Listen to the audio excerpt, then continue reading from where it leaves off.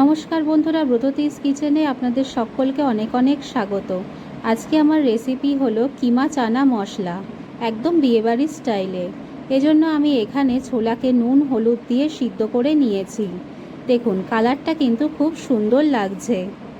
এখানে আমি একটা মশলার পেস্ট তৈরি করে নিয়েছি। এর মধ্যে রয়েছে পেঁয়াজ, রসুন, কাঁচা লঙ্কা, সাদা জিরে, ধনে এবং একটু শুকনো লঙ্কা আর টমেটো। এটা আমি সুন্দর করে মিক্সিতে দিয়ে পেস্ট করে নিয়েছি। দেখুন কালারটা কিন্তু খুব সুন্দর এসেছে। এখানে আমি একটু গুঁড়ো মশলা তৈরি করে নিয়েছি শুকনো খোলায় ভেজে। এর মধ্যে রয়েছে সাদা জিরে, ধনে, শুকনো লঙ্কা আর গোটা গরম মশলা।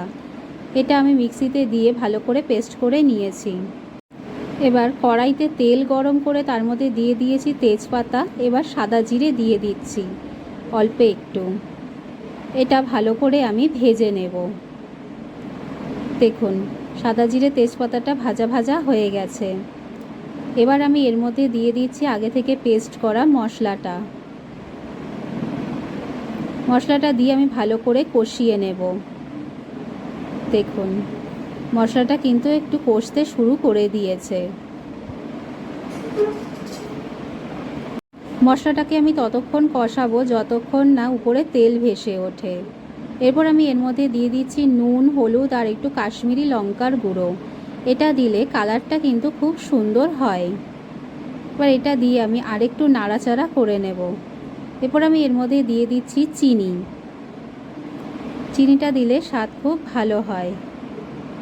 এবার এখানে একটু মাংসের কিমা আছে 100 গ্রাম মতন। এটা আমি ওই মশলার মধ্যে দিয়ে ভালো করে কষে নেব।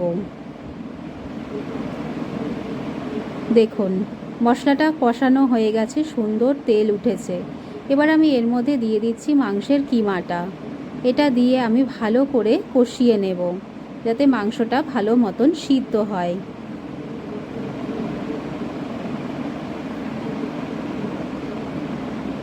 দেখুন মাংসটা সুন্দর করে কষানো হয়ে গেছে।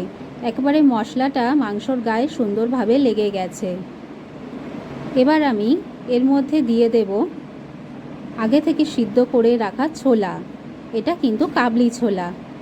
কাবলি ছোলা দিলে এর স্বাদ কিন্তু বেশি ভালো হয়। এবার আমি এটাকে ভালো করে কষিয়ে নিয়েছি। দেখুন কষানোর পর কালারটা কত সুন্দর হয়েছে। ছোলা আর মাংসটাকে কিন্তু মোটামুটি 10 মিনিট মতন কষাতে হবে। এরপর আমি এর মধ্যে দিয়ে দিচ্ছি জল। জল দিয়ে আমি কিন্তু ভালো করে সিদ্ধ হতে দেব এটা। দেখুন জলটা আমি দিয়ে দিয়েছি, এর মধ্যে একটু নেড়ে দিচ্ছি।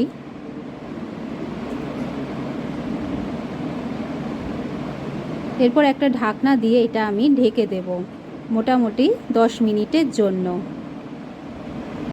দেখুন 10 মিনিট বাদে আমি ঢাকনা খুলে কত সুন্দর হয়েছে। এবার আমি এর মধ্যে দিয়ে দিলাম একটু নুন। নুন ঝালটা আপনারা আপনাদের স্বাদ মতন দেবেন। লঙ্কা কুচিও আমি এর মধ্যে দিয়ে দিলাম। এবার আমি এটাকে সুন্দর করে একটু নেড়ে দেব। এরপর আমি এর মধ্যে দিয়ে দিচ্ছি আগে থেকে ভেজে রাখা মশলাটা। এটা দিলে স্বাদ কিন্তু খুব সুন্দর হয়। ব্যাস তাহলেই রেডি হয়ে গেল বিয়েবাড়ির স্টাইলে কিমা চানা মশলা। আমার ভিডিওটা ভালো লাগলে একটা লাইক, শেয়ার, সাবস্ক্রাইব অতি অবশ্যই করবেন। সকলে ভালো থাকবেন। ধন্যবাদ।